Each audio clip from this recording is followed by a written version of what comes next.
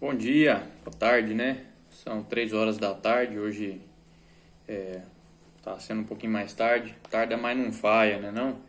E eu tava um pouco meio desconfortável com o cenário, né? Já tô ganhando dinheiro demais com o YouTube, com as coisas virtuais. E... não vou dar uma moral pra isso não. Foi o que eu pensei, né? Vamos fazer esse trem logo e não vou ficar preocupando com esses detalhes não. Capítulo 7 de Mateus, então, vamos continuar aí. Não julguem para que vocês não sejam julgados. Versículo 1. Pois da mesma forma que julgarem vocês serão julgados, e a medida que usarem também será usada para medir vocês. Por que você repara no cisco que está no olho do seu irmão e não dá conta da viga que está no seu próprio olho? É Jesus tentando mostrar aqui pra gente o quanto nós somos hipócritas, né? É do ser humano não saber reconhecer o próprio erro, mas ficar sempre reparando no erro alheio. Como você pode dizer ao seu irmão, deixe-me tirar o cisco do seu olho, quando há uma viga no seu? Hipócrita, Jesus ainda, né, já está afirmando, hipócrita, tire primeiro a viga do seu olho, e então você verá claramente para tirar o cisco do olho do seu irmão. Ou seja, reconheça os seus erros e busque tratá-los, para que depois você possa tratar de um suposto defeito do irmão, né? Claro que para você falar do erro de uma outra pessoa, você tem que ter muita sabedoria e falar do jeito certo para não ofender. Às vezes você tem apenas uma impressão do que pode ser e realmente não é. Então vamos lá. Não deem o que é sagrado aos cães, não atirem suas pérolas aos porcos. Caso contrário, estes pisarão e aqueles, voltando-se contra vocês, os despedaçarão. Olha que interessante a saber, ter a noção da língua portuguesa, né? Quando ele fala estes pisarão, ele está se retratando aos porcos, porque foi o termo usado por último, né? E quando ele se refere àqueles, está mais longe, então ele está falando, não jogue o que é sagrado aos cães. Ele falou primeiro, então aqueles se referem aos cães. Aqueles, voltando-se contra vocês, os despedaçarão. Persistam na oração, é um título aqui, né? Versículo 7. Peçam e lhes será dado, busquem e encontrarão, batam e a porta lhes será aberta. Pois todo o que pede recebe, e o que busca encontra, e àquele que bate a porta será aberta. Jesus mostrando para a gente a importância da oração, de insistir com o Senhor, né? de colocar as nossas situações, as nossas pelejas diante de Deus, de falar, Deus, eu sou impotente nisso aqui, isso aqui eu já tentei, não consigo, me esclareça o porquê disso, enfim. Está falando aqui, busquem e encontrarão. Quem tem dúvida, né, não pode colocar sua desculpa na dúvida, porque há resposta para tudo diante de Deus. Acho que é Tiago capítulo 5 que vai falar que quem carece de sabedoria, peça a Deus porque Ele dá gratuitamente, livremente, né? Eu sou péssimo para achar os trem aqui. Nem sei onde é que fica Tiago. Eu sei que é Novo Testamento, né? Tito. Pai, eu vou ter que parar o vídeo para achar esse trem de vergonha. Pedro, vou parar aqui. Com meus superes poderes, superes, hein? Ixi, agora como é que é? Super é um advérbio de intensidade. Poderes o poder é substantivo.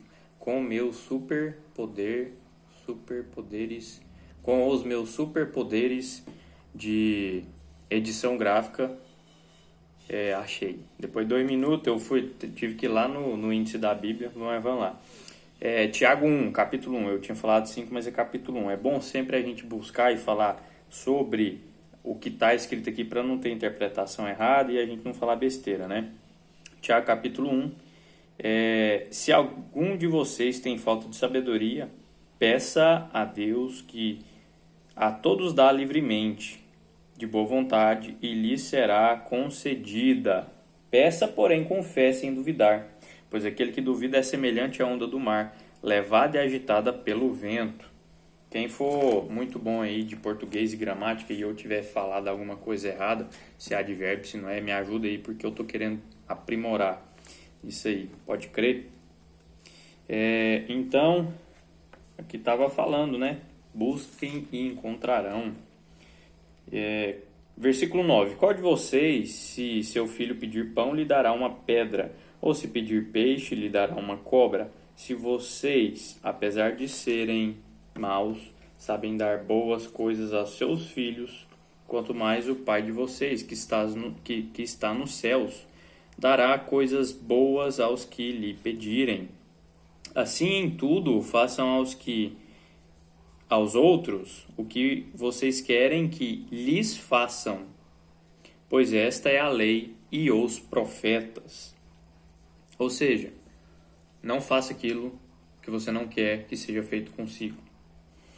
Versículo 13. Entrem pela porta estreita, pois larga é a porta e amplo o caminho que leva à perdição. Está falando sobre a facilidade que por exemplo, a facilidade que se tem em ficar perdido, né? Em percorrer qualquer caminho e chegar num lugar não tão bom. Existe um ponto que é o nosso foco da nossa vida, segundo a filosofia cristã, que é a entrada estreita, que é um portão, né? A senha para entrar nesse portão é fui salvo por Cristo, né? Estou tentando fazer uma palavra. Falar nisso, eu não sei nem se eu posso. Não sei se eu posso, mas tem um livro ali que eu li, depois vocês que me conhecem, eu indicaria bastante. Eu não sei se eu posso falar o nome, depois eu vejo isso aí, beleza? Entrem pela porta estreita. Então, Jesus mostrando aqui que muitos são os que entram pela porta larga, né? E pelo caminho amplo. Como é estreita a porta? Jesus está falando assim, nossa, como é difícil entrar por essa porta. E apertado o caminho que leva à vida. Ele é a vida, né? São poucos os que a encontram. E a minha função aqui é tentar mostrar para vocês que a porta, o caminho é Cristo, né? Porque ele fala, eu sou a verdade, a vida. Eu sou o caminho, a verdade e a vida. Todo aquele que quer encontrar o Pai tem que ser por meio de Cristo. Versículo 15 de Mateus capítulo 7. Cuidado com os falsos profetas. Eles vêm a vocês vestidos de pele de ovelha. Que legal, ó. O que eu aprendi esses dias. Não vai dar para vocês verem. Vem, verbo vir. Quando está escrito V-E-M com chapeuzinho circunflexo em cima do E. Isso aqui é um E, hein? Aí ele está no plural. Bacana, né? Uns detalhezinhos assim que se a gente ler com pressa não deixa passar. Então, eles vêm, concordância verbal de vem com eles, né? O pronome. Eu tô tendo até orgulho de mim. Eles vêm a vocês vestidos de pele de ovelha, mas por dentro são como lobos devoradores. Vocês reconhecerão por seus frutos, ou seja, os falsos profetas, eles exalam a podridão que eles têm. A árvore que é ruim, ela dá frutos ruins, né? Eu acho que ele vai discorrer sobre isso aqui também. Só fazendo um comentário aqui, eu tento falar essas paradas de verbo, de pronome, que é justamente para eu, não é para mim, porque eu vou... Presta atenção, isso aí eu e minha esposa fica dando porrada um no outro toda vez. Não é batendo não, é se corrigindo no português. É para eu me corrigir. Se eu falasse para mim me corrigir, eu acho que ia estar errado. Porque mim não conjuga verbo, é pronome pessoal do caso oblíquo, não é pronome pessoal do caso reto. Bora lá? Deixa eu parar de dar rato aqui. Versículo 16. Vocês os reconhecerão pelos seus frutos. Pode alguém colher uvas em um espinheiro ou figos de ervas daninhas? Semelhantemente, toda árvore boa dá frutos bons. É o que eu estava falando, que Jesus ia desenvolver um pensamento em cima daquele negócio ali que ele tinha falado, né? Que vocês conhecerão os falsos profetas pelos frutos. A árvore boa não pode dar fruto ruim, Toda árvore boa que não produz toda árvore que não produz bons frutos é cortada e lançada ao fogo. Assim, pelos seus frutos vocês os conhecerão. Aqui ainda se referindo aos falsos profetas, mas também isso aqui abrange a todo e qualquer ser humano, né? Nem todo aquele que me diz Senhor, Senhor, entrará no reino dos céus, mas aquele que faz a vontade de meu Pai que está nos céus. Mas apenas aquele que faz... Ó, tá vendo? Eu li o trem aqui com pressa e ficou assim, mas como assim? Nem todo o que clama Senhor, Senhor entrará no reino dos céus, mas apenas aquele que faz a vontade de meu Pai que está nos céus. Aí muitos falam assim, você está mandando gente para o inferno. Não, não estou não. É Jesus aqui falando quais são os requisitos, né? Mas se entra no céu pela graça ou por obras. Meu amigo, depois de algumas horas, alguns minutos de oração, você pode entender isso muito melhor do que eu tentando explicar. Mas, se você quiser conversar comigo a respeito disso, sinta-se à vontade. Nem todo aquele... isso que eu já li, tal. Muitos me dirão, isso aqui é pesado, né? Isso aqui é pesado. Muitos me dirão naquele dia, no dia do julgamento, né? No dia onde todos os joelhos se ajoelharão e as bocas confessarão que Senhor que Jesus é o Senhor. Então, muitos me dirão naquele dia, Senhor, Senhor, não profetizamos em Teu nome? Aleluias. Em Teu nome não expulsamos demônios e realizamos muitos milagres? Glórias a Deus. Então eu lhes direi claramente, nunca os conheci. Afastem-se de mim, você que pratica o mal. Vocês que praticam o mal, que está no plural. Vocês que praticam o mal. Então, é uma reflexão, uma exortação que o próprio Cristo traz de que nem todo aquele que se diz cristão, de fato, o é. Pau, né? Pesado. Portanto, quem ouve estas minhas palavras e as pratica, é como um homem prudente que construiu a sua casa sobre a rocha. Caiu a chuva, transbordaram os rios, sopraram os ventos e deram contra aquela casa. E ela não caiu, porque tinha seus alicerces na rocha. Quem é a rocha? A gente costuma falar que a rocha é Cristo. Ó, o alicerce da minha vida aqui, ó. O alicerce da minha vida. Já veio o vento contra a minha vida, já subiram os rios de tribulações contra a minha vida, mas eis-me aqui e me considero firme pela graça do Senhor, entendeu? Muita coisa já aconteceu, muita coisa boa também, graças a Deus. E vamos lá. Caiu chuva, transbordaram rios, sopraram os ventos. Eu sempre, toda vez que eu li essa parte aqui da Bíblia, eu lembrava dos 3 porquinhos, né? E o lobo mau. Porque tinha seu alicerce na rocha. Então a casa não caiu, a casa não desmoronou. A casa aqui, no caso, é a vida da pessoa, né? Então você constrói a sua vida baseada em algumas coisas. Tem gente que baseia a sua vida no seu conhecimento próprio, em dinheiro, talvez em amizades.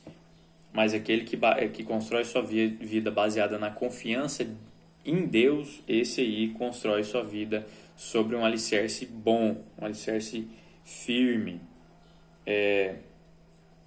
Mas quem ouve estas minhas palavras e não as pratica, é como um insensato que construiu a sua casa sobre a areia. Caiu chuva, transbordaram os rios, sopraram os ventos e deram contra aquela casa. E a casa caiu, e foi grande a sua queda. Quando Jesus acabou de dizer essas coisas, as multidões estavam maravilhadas com o seu ensino, porque ele as ensinava como quem tem autoridade e não como os mestres da lei. Provavelmente os mestres da lei tinham um discurso muito vazio pelo fato de eles serem hipócritas, né? Então, eu já ouvi muita gente falando que o O cara que constrói a casa sobre a rocha, que é sobre Cristo, ele tem mais trabalho de permanecer ali cavando a rocha, porque a rocha é dura para fazer seu alicerce, enquanto a outra pessoa que constrói a casa sobre a areia é fácil de cavar e fácil de fazer seu alicerce. Fato é que a única rocha, o único plano sólido com que a gente consegue construir é Cristo. E todos os outros são areia. Então, a pessoa constrói a sua vida em cima de outro qualquer alicerce sem fazer nada, só respirando e não tirando, sei lá, só não morrendo, tá ligado? Agora, para construir a vida em cima de Cristo, é pela fé. Tudo na, na vida cristã é pela fé. E a fé, a fé sem obras é morta, né? São versículos que se complementam para dar um sentido interessante para o discurso. Então é isso aí, galera. Hoje foi o capítulo 7 de Mateus, a reflexão de hoje. E eu vou marcar aqui no meu quadrinho, leitura bíblica. Aí, ó. Esse é o meu projeto diário. É exortar-me a mim mesmo. Não sei se é redundância, mas eu acho que eu já vi isso em algum livro. Ou se até na Bíblia. Enfim, eu quero cobrar de mim mesmo, né?